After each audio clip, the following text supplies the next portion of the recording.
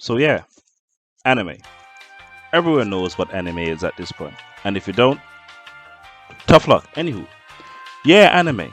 Japanese animation of all shapes, sizes, and genres. We got action, romance, sci fi, harem. Anime is basically a staple for everyone all over the world. But I bet you didn't know that being a public anime watcher around the 2010s, like early in those days, it was basically social death. You're dead. You, your friend, your mama, everybody for you, dead. You watch anime, you're fucking dead. You know? Basically, if you watched anime and people knew about it, there'd be a public execution where you'd be roasted, shunned, picked on, sometimes just called gay. And let me tell you this, where I grew up, it was at least 500 times worse.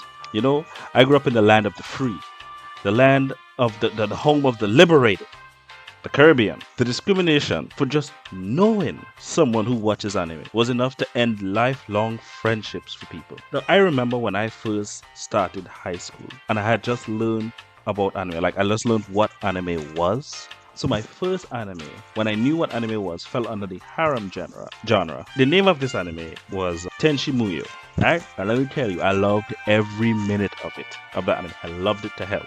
Now, at the time when I started this anime and started watching anime in a whole, I didn't know watching anime was frowned upon. So imagine how bad it was to talk about anime in public. Talking about anime in public was reason enough for people to pray to fucking Zeus to smite you down where you stood.